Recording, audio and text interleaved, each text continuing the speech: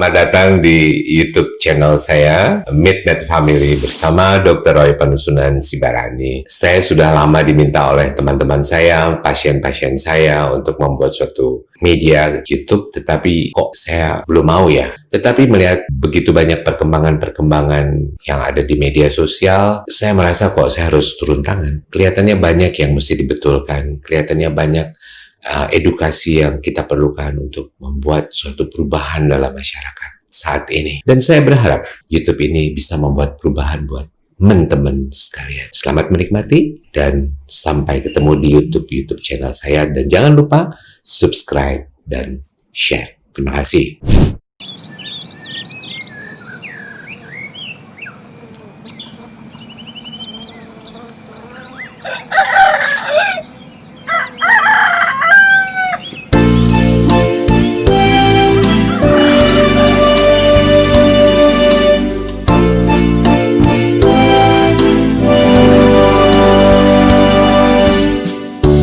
Kata orang sejarah berubah dan semarang, peluk cium bilang sayang, kini cukup memandang. Ketuk pintu, kau hadir tapi jangan masuk ke dalam.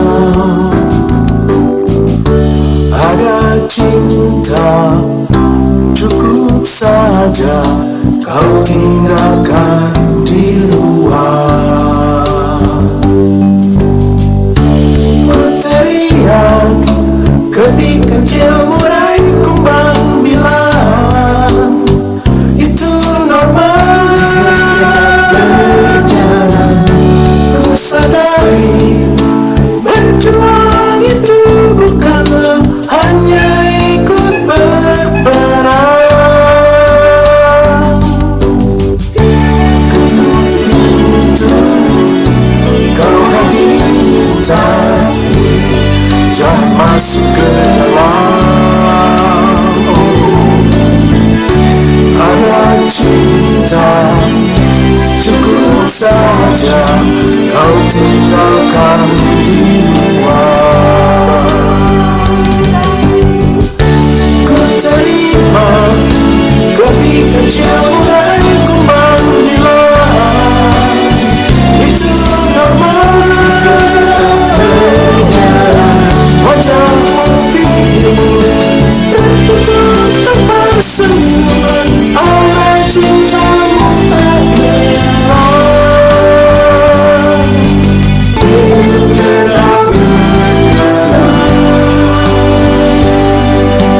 Tidak bisa kesudahan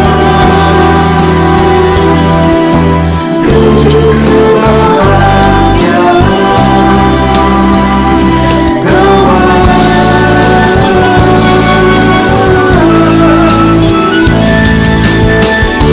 ku terima kebik kecil murai kumbang bilang itu normal. Wajahmu biru tertutup tanpa senyuman, aura cintamu tak hilang.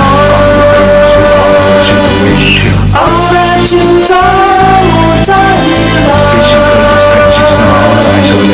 Aura cintamu tak hilang.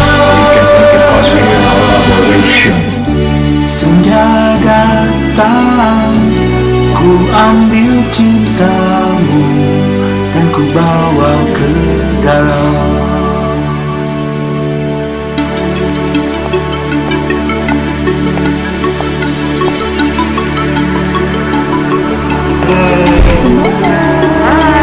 Bagus ya, pakai masker, terus berjongkok.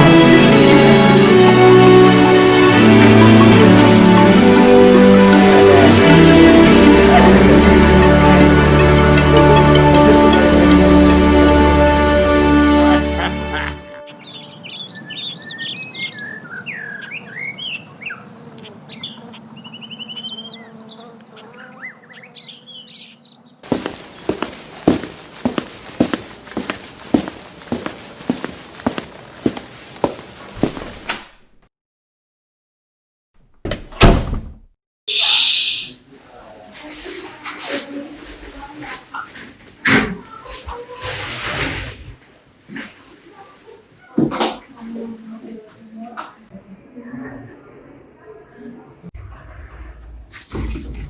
Halo, selamat kembali bertemu di YouTube channel saya Midmet Family. Selamat datang di halaman belakang rumah saya. Kami menyambut hangat kedatangan kalian dan sekali lagi tolong di like dan subscribe. Kali ini kita akan menyambung pembicaraan yang kemarin bersama dengan Dokter Ria, dan kelihatannya kita tidak berbicara di halaman belakang dulu karena saya lagi mencoba untuk membuat suatu video juga yang dilakukan di podcast saya yang baru di halaman belakang rumah saya, dan ada studio podcast kami dan sekaligus perpustakaan saya. Selamat menikmati.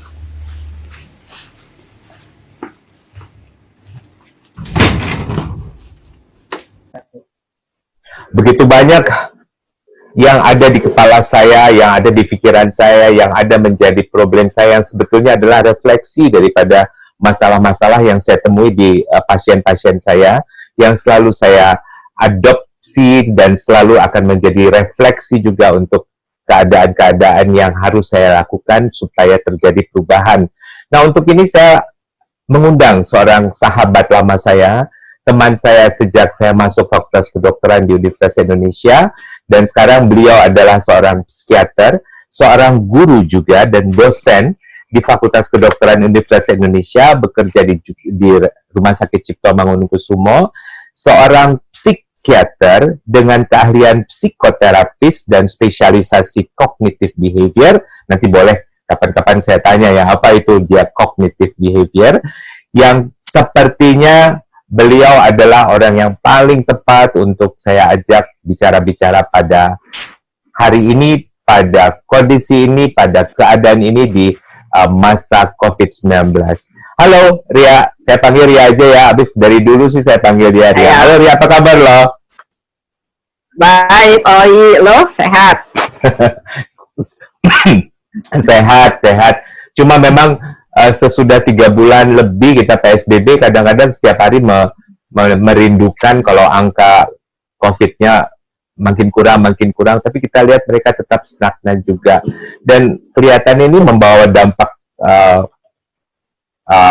kesehatan mental daripada orang-orang ya Ria, benar nggak sih? Iya, aku aja udah mulai bosen. Padahal aku masih keluar loh, masih ke rumah sakit gitu ya.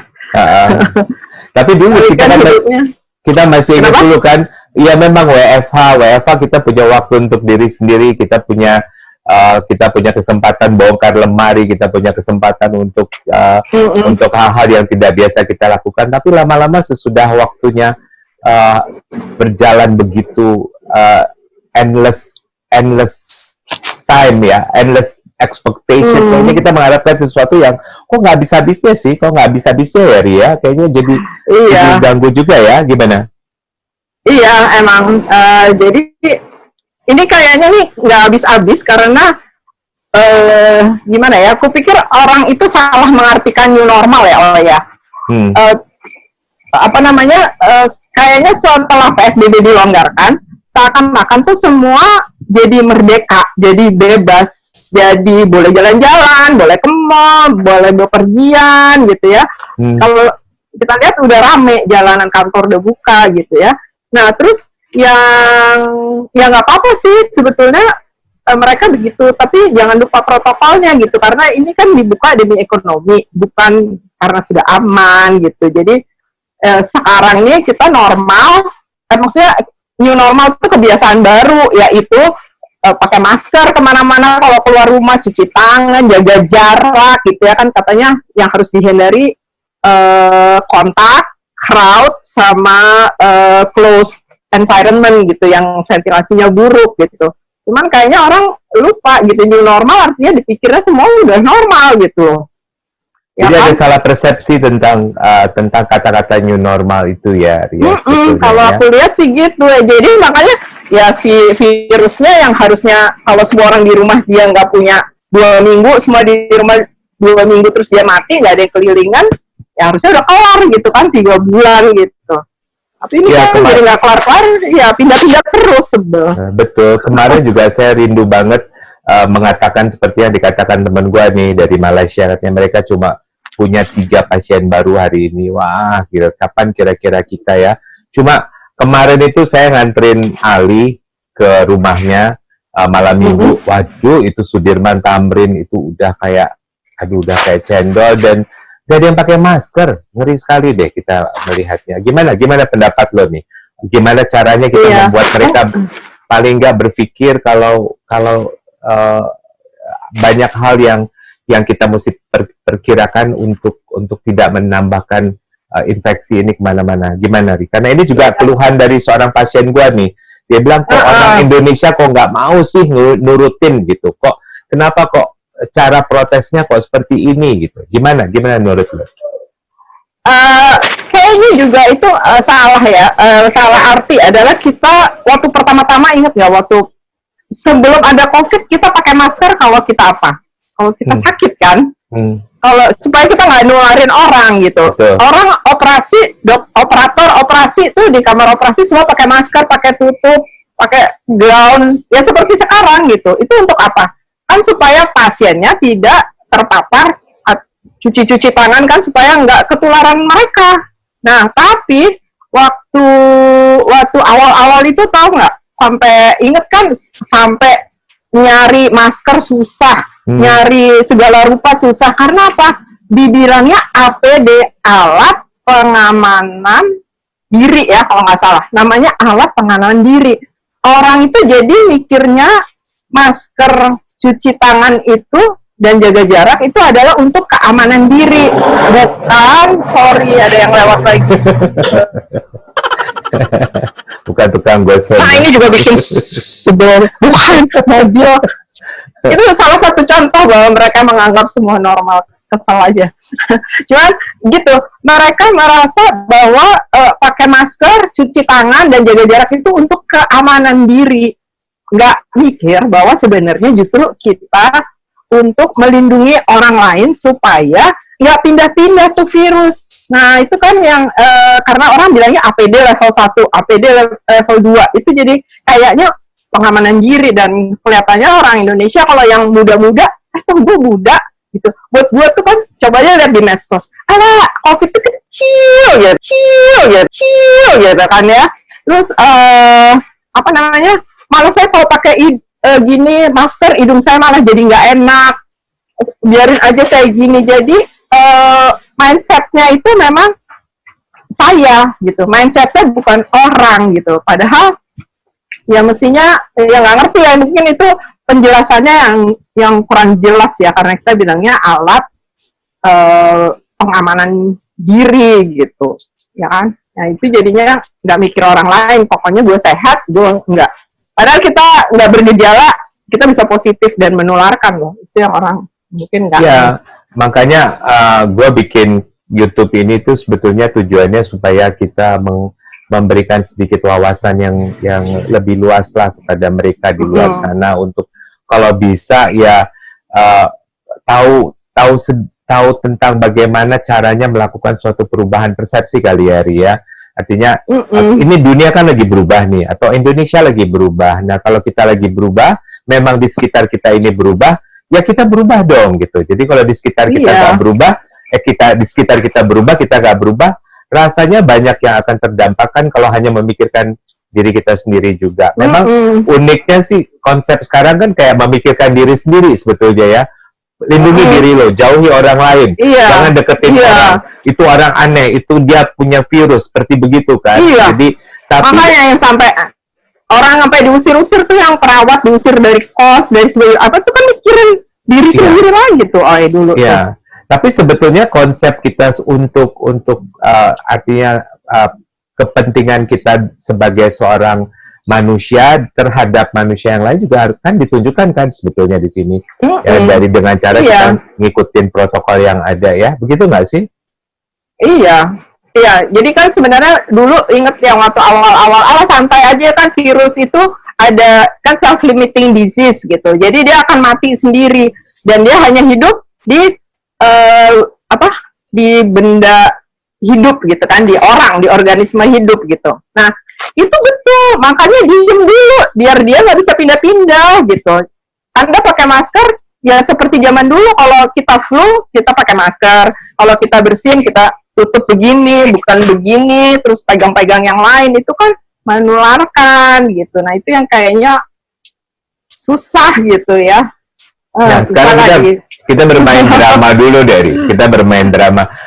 Anggaplah gue tuh pasien lo tuh yang aduh gue nggak mau deh nih dokter ya, aduh ngapain sih repot-repot, ini orang semuanya berjalan kok, biasa kalau yang mau mati ya mati aja gitu. Saya nggak mau gitu. Terus lo ngomong ke gue aja gimana? Gue jadi pasien. Ini pasien ya, jadi pasien, lo marah-marahin boleh? Nggak marah-marahin, gue bilang maaf ya ibu, maaf ya. Nah, kita kan dokter ya, dokter itu juga perlu betul. Jadi dia ada dua fungsinya si masker. Satu tapi yang pertama adalah supaya kita tidak menulari orang lain. Yang kedua supaya kita tidak tertular. Nah, sekarang masalahnya kita nggak tahu siapa yang positif COVID karena ada yang bergejala, ada yang enggak. Nah, si pasien yang masuk itu kan saya nggak tahu dia di luar ketemu siapa, ya kan? Jadi dia berpotensi menularkan walaupun dia tampak sehat.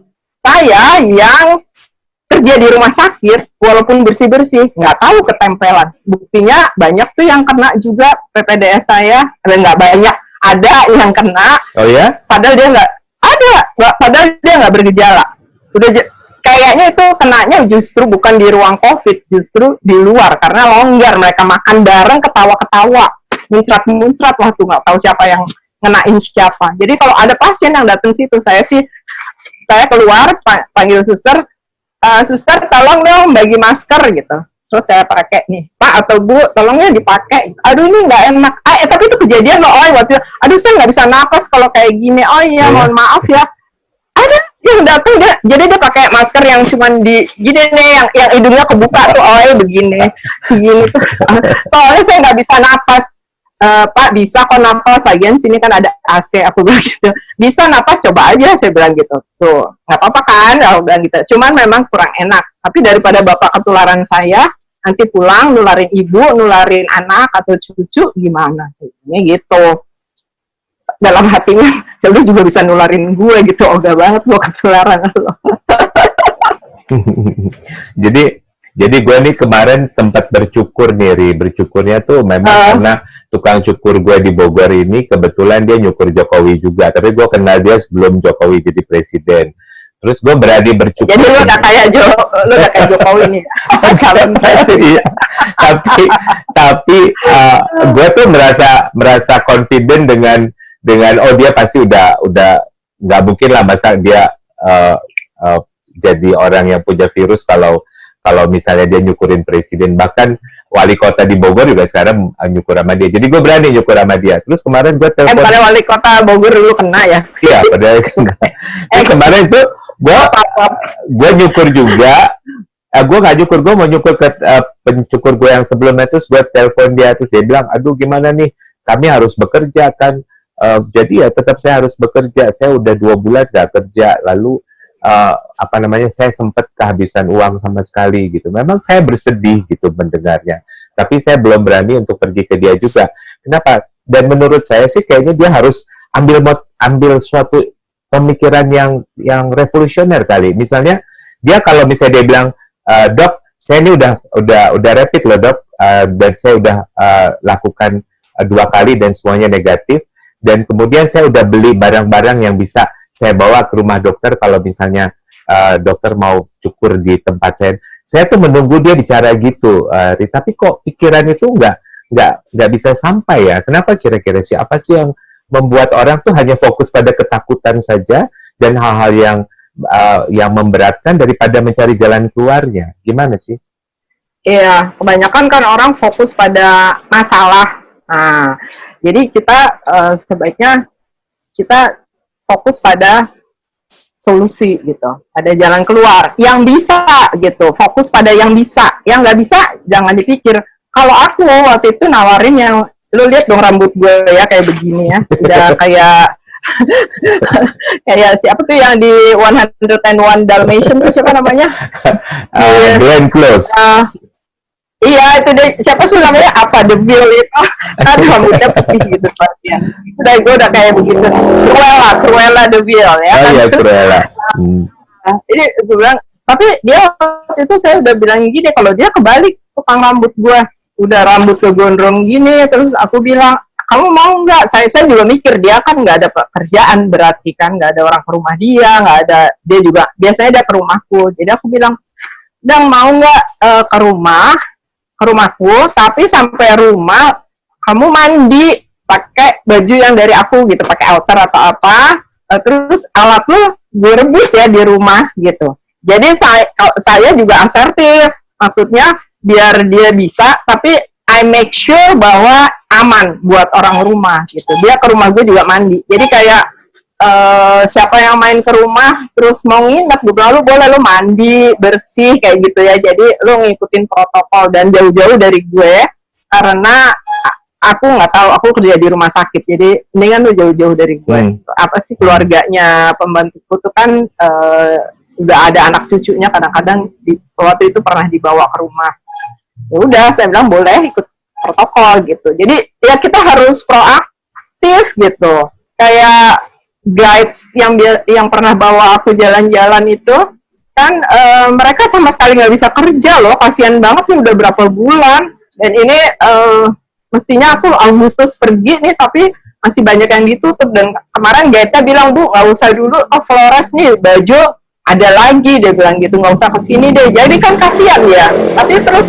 Tapi ada yang mereka terus ada yang ini loh, ada yang bikin face shield, ada yang jualan bikin mukena dijual, ada yang jualan apa macam-macam. Jadi mereka justru ya habis mau gimana lagi, Bu, masa saya nggak makan. Tapi ada jalan keluar, dia jual yang tenun-tenun, Bu, tenun. Jadi akhirnya kita beli aja walaupun nggak terlalu perlu, tapi kan tenunan emang bagus ya, dia gimana ya, oh ya, sambil udah gitu jarang pesta lagi ya, tidak ada resepsi sekarang. Kalau dulu kan mesti seminggu 2 kali resepsi, jadi tenun mesti baru.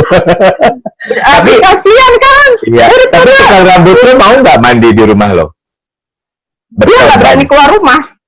Enggak, dia justru nggak berani keluar. Nggak bisa, nggak mau keluar. Daerah saya merah, dia daerah Bangka situ. Itu kan yang pertama-tama tuh ada. Daerah saya masih merah, Bu, saya nggak berani keluar. Udahlah, biarin aja. Jadi dia nggak berani, makanya rambut masih gini. Ada aku udah bilang, lu kesini aja. Jadi dari dia sendiri yang takut ya? Jadi dari dia sendiri yang takut? Dianya yang nggak mau. Dia nggak mau keluar rumah tuh. Tetangga saya ada yang gini-gini. Udah, saya udah duduk manis aja di rumah. Nanti rezeki ada aja lah, Bu, saya cari dari apa gitu. Jadi dia pikirannya gitu. Padahal gue udah nyari jalan keluar. Lu kesini aja, sekalian nanti dia bisa mijet juga. Gue bilang sekalian lu datang 4 orang deh, lu pijet satu rumah, ibaratnya yang trimming rambut semuanya gitu kan. Jadi dia datang nggak sia-sia. Cuman dia belum berani. Oh, jadi kayaknya nih kita punya topik yang berseri deh, Niri, kelihatannya. Dan mudah-mudahan viewer kita mengikuti terus, subscribe terus, dan kemudian share pembicaraan. Kayaknya topik kita berikutnya adalah bagaimana sih untuk menguatkan mentalitas mereka yang takut, artinya dalam istilahnya ekstrim, sampai pada mereka yang sama sekali tidak takut pada tingkat yang ekstrim juga, yang cuek gitu. Teuing lah kalau COVID mah kecil gitu. Atau bagaimana kita merubah mentalitas mereka yang ekstrim, nggak mau keluar seperti hairdresser lo. Setuju ya? Boleh. Oh, ini udah nih ya? Ya, kita akan lanjutin lagi, biar kita minum-minum dulu, ngeteh-ngeteh dulu, dan tarik nafas dulu. Ya, baik, gue bicara dulu sama viewernya ya.